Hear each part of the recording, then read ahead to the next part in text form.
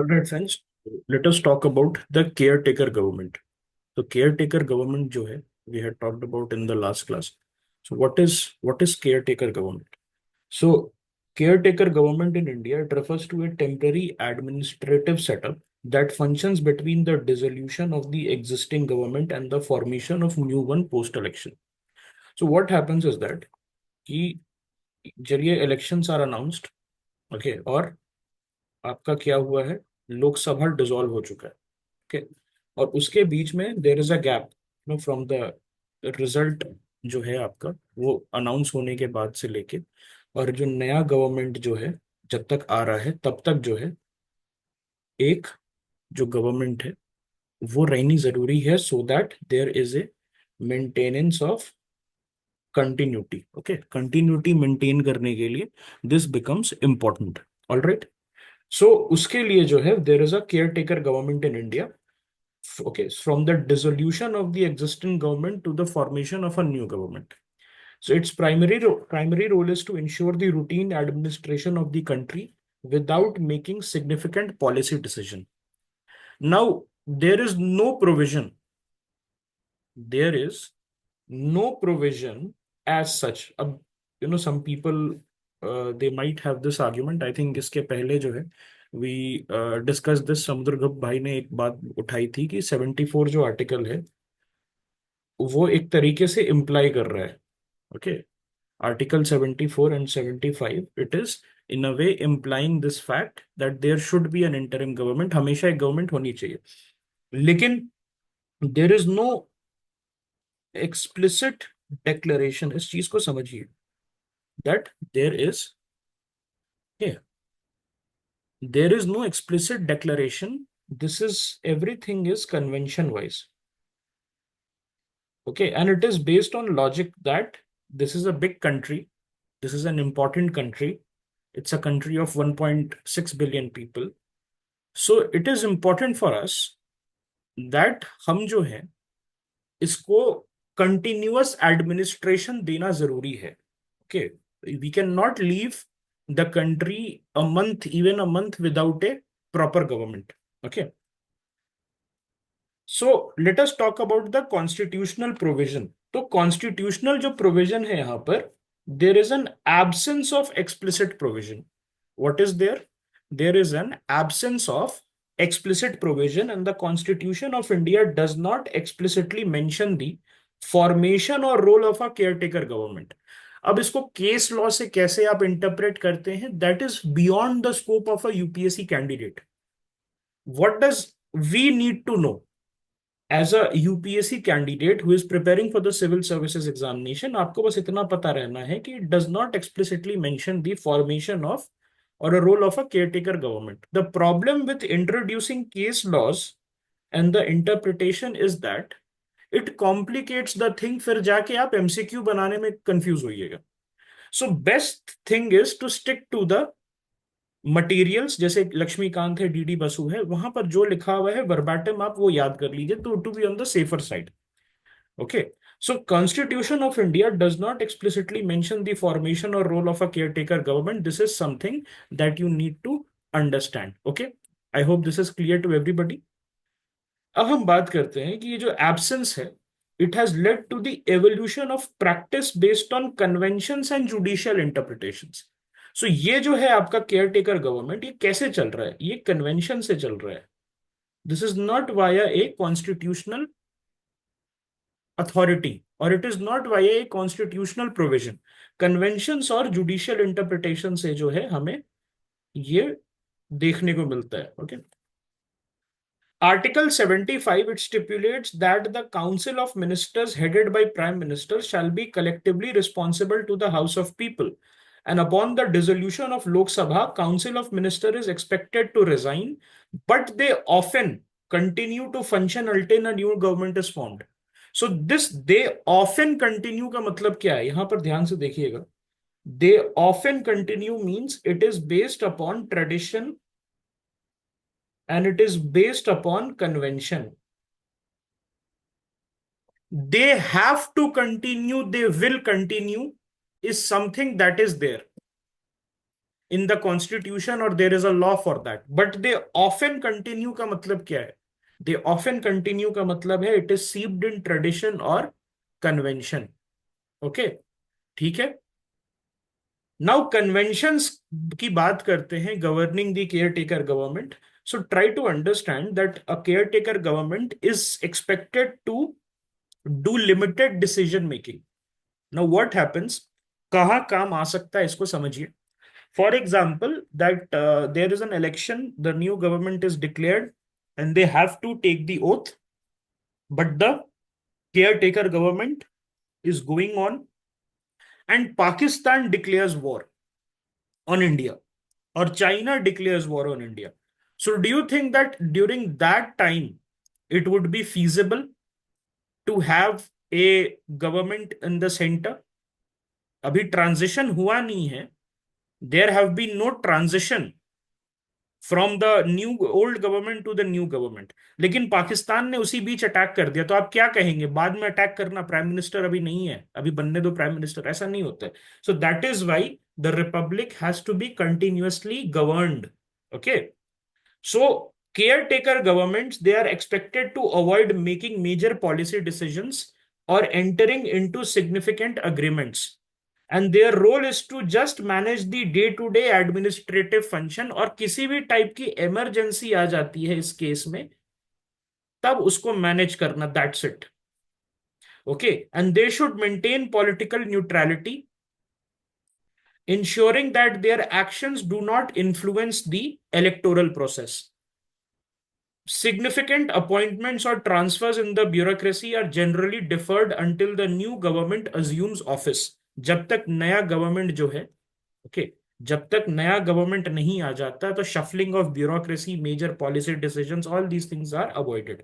Okay, जैसे अभी 12 lakhs का जो टैक्स एग्जम्पशन मिल गया है, 12 lakhs का जो टैक्स एग्जम्पशन मिल गया, do you think that a caretaker government would have been able to, और should they should do this tax exemption जो है? तो ये नहीं पॉसिबल है फॉर देम. ओके, किसके लिए पॉसिबल है? नॉर्मल गवर्नमेंट के समय पॉसिबल है. The caretaker government is just to ensure smooth transition.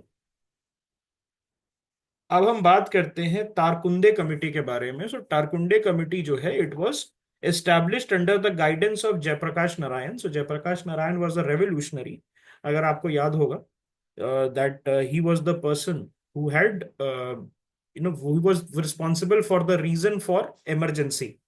Okay, so he led the student protest and he had, yes, he had asked for Sampurna Kranti. What is Sampurna Kranti? Total revolution. Okay, and Tarkunde committee, it was established under the chairmanship of VM Tarkunde, and the committee was tasked with examining and proposing electoral reforms to enhance the democratic process, okay, in India. Okay, सो की recommendations की हम बात करते हैं Tarkunde committee के. Tarkunde committee ने कहा था कि वोटिंग एज को कम कर दीजिए, जो कि राजीव गांधी के समय हो भी गया था. 18 साल, 21 से 18 ईयर्स इसको कर दिया गया था. और उन्होंने केयर टेकर गवर्नमेंट के लिए गाइडलाइंस दिया था. So what was the guidelines for care taker government? The caretaker government should not initiate and announce any new policies. They should not promise or start any new projects. They should not grant allowances or loans. They should not promise or start new projects, any kind of projects. And they should not hold official functions attended by ministers. क्यों? Because ministers दिखने नहीं चाहिए. In public, अगर ministers दिख जाते हैं तो government का स्टैंड एक्सपोज होता है. And do you want the government stand to be exposed while there is an interim government और the caretaker government? So the answer is no. Okay, so इसीलिए जो है तारकुंडे कमेटी ने ये सारी चीजें बोली थी. This might be of use for some people. Okay, जो GS2 में अगर इस टाइप के क्वेश्चंस आ जाते हैं, तब वहां पर जो है आप देख सकते हैं. ठीक है, अब हम बात करते हैं केस लॉज के बारे में. सो केस लॉ के पहले जो है, जब Neelam Sanjiva Reddy he was the president, तो he had appointed a caretaker government. तो उस समय हुआ क्या था, दैट मुरारजी देसाई की सरकार गिरी थी. Okay, and there was a talk that Chaudhary Charan Singh might become the proper prime minister, that he will have the support of the Congress party from outside and he will become, because what happened that Janata Party में फूट आ गई थी, there was a problem in Janata Party, so which led to the yes, so Charan Singh जो है he became, but Charan Singh was not able to get the support. So Neelam Sanjeeva Reddy, he said that there will be a caretaker government under his command, और caretaker government में नीलम संजीवा रेड्डी ने ये कहा था that no new policies और new any kind of major policy decision will be taken. So ये एक precedent serve करता है. Okay okay? ये जो है मेजर पॉलिसी डिसीजन या no new policy will be there, this was told by Neelam Sanjiva Reddy who was the president and who appointed the caretaker government when Chaudhary Charan Singh he failed to get the support. So he told Chaudhary Charan Singh कि आप continue रखिए, आप जो है continue रखिए, और उसके बाद जो है यहां पर हम देखेंगे कि आप किसी भी टाइप का न्यू पॉलिसीज नहीं कर रहे. Why? Because you fail to get the mandate. आपने कहा था मुझे कि let me take the oath and I will get the support of Congress. So ऐसा हुआ नहीं. So now okay, till we have a new elections आप करिए, केयर टेकर गवर्नमेंट में रहिए, but you will not do any kind of new policy और major policy decision. तो ये सब जो है इससे हमें क्या पता चलता है? प्रेसिडेंट. तो precedent, why precedent is important here? Can you tell me? Precedent is important why? Because there is no constitutional provision. अगर कॉन्स्टिट्यूशनल प्रोविजन होता नहीं है, so you need precedents, you need conventions. Conventions are based on what has been going on since a very long time. Okay, हमारे यहां तो यही प्रथा चली आ रही है. हम बोलते हैं ना, there is a Hindi word called प्रथा. व्हाट डज प्रथा मीन्स? प्रथा मीन्स दैट हमारे यहां पर यही कन्वेंशंस चले आ रहे हैं. ओके, सो कन्वेंशंस नीड बैकग्राउंड. अब बैकग्राउंड के लिए जब आप जाएंगे कोर्ट के पास, मान लिया caretaker government, so you will tell the court ना that okay, there was this Tarakunde committee, then Tarkunde committee, sorry, then there was this declaration by Neelam Sanjeeva Reddy. Okay, so ये सारी चीजें जो हैं वो आप यहां पर देखेंगे. देन केस लॉज में we have the SR Bommai case. So SR Bommai case में दे बेसिकली टॉक्ड अबाउट कि सुप्रीम कोर्ट ने कहा था कि caretaker government they should operate within the constitutional boundaries and they should refrain from major policy decision, especially when their legitimacy is under scrutiny. Okay, क्या इसमें समझ नहीं आ रहा? Can you tell me which point you are not able to get? Just मुझे बता दीजिए तो मैं फिर आपको बता दूंगा. No worries, no worries. अब आपको अगर कोई भी डाउट है या कोई भी फास्ट आपको लग रहा है लेक्चर जा रहा है तो बिल्कुल बोलिए आप. ओके, कोई डाउट है ऐसा इसमें, स्पेसिफिक डाउट है, या मैं फिर से समराइज कर दूं? केयर टेकर गवर्नमेंट ये समझ में आ गया ना कि there is nothing. Okay, caretaker government में ये आपको समझ में आया कि there is no constitutional provision as such. ये समझ में आ गया.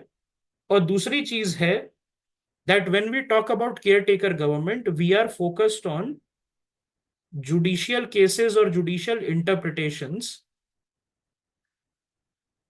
जुडिशियल इंटरप्रिटेशन के साथ, और नीलम संजीवा रेड्डी वाला आप याद कर सकते हैं, लिख भी सकते हैं, but this is not something that is important for prelims. Prelims में ये सब वर्डिंग्स आपको नहीं पूछेगा. ओके, देन नीलम संजीवा रेड्डी वाला केस याद कर सकते हैं. उसके बाद एसआर बोम्मई वाला केस जो है वो आप याद कर सकते हैं. More more it is important for your mains. अगर मेंस में केयर टेकर गवर्नमेंट का बोलेगा कि evaluate the constitutional background of an interim caretaker government, तब जाके आपको लिखना पड़ेगा. ओके, नहीं तो फिर वही प्रॉब्लम होती है जब ये सारी चीजें आप नहीं लिख पाते हैं, that your answer will be very very generic. It will not cross one page and then number फिर कम आएंगे. Is it clear to everybody? Yes. Okay, so Tarkunde committee ने क्या कहा था? तारकुंदे कमेटी ने कहा था कोई भी नया प्रोजेक्ट स्टार्ट नहीं करना है. Grant allowance, they will not grant any kind of allowance, loans. Okay, उसके साथ साथ कोई न्यू पॉलिसीज नहीं आप कर सकते. उसके साथ साथ और क्या क्या एक्सपेक्टेड है इनसे? किसी भी टाइप का मेजर ब्यूरोक्रेटिक अपॉइंटमेंट नहीं करना है, limited day to day administration करना है, that's it. Okay, and maintain political neutrality. Alright, so is it clear? Okay.